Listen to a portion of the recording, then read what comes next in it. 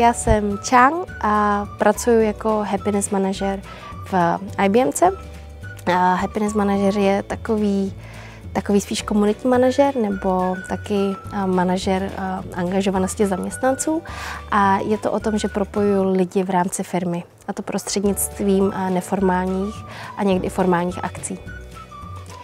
Mým úkolem je, jak jsem říkala, propojovat lidi, a to v rámci firmy uvnitř. To znamená, že bych měla znát co nejvíc lidí v rámci firmy a vědět, že tady existuje třeba určitá komunita a ty komunity, když je potřeba, tak propojit. A to třeba v rámci team buildingu a podobných neformálních akcí.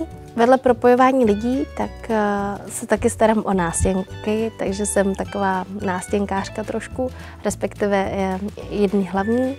A to je zeď, která je věnovaná komunitám, to znamená, že to je zeď, kam lidé kde můžou lidi sdílet třeba kulturní akce nebo fotky ze společných akcí.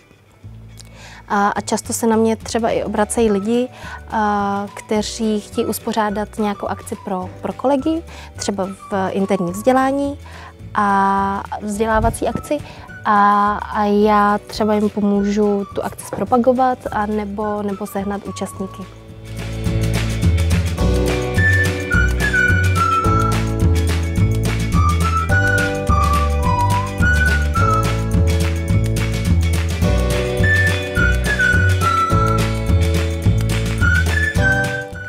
Studovala jsem marketingovou komunikaci a PR a česko-německá studia na Karlovce. A když jsem se po škole rozhodovala, co budu dělat, tak se tady objevila možnost stáže v IBMce v rámci Smarter University. A já jsem vždycky chtěla dělat v ajťácké firmě, ačkoliv nejsem ajťák.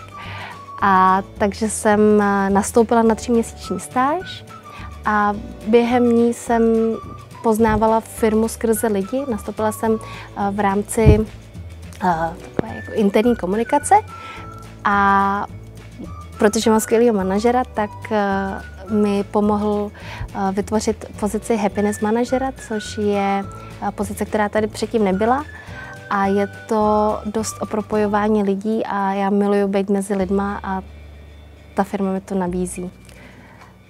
Nejlepší na téhle pozici je, že si vlastně pluju, protože můžu pracovat s různými lidmi a s různými týmy.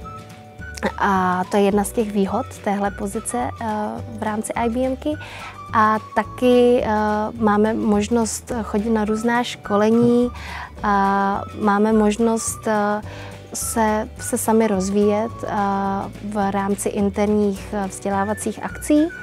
A potom máme taky možnost si vytvářet projekty šité na míru v rámci Smarter University. Takže to je boží.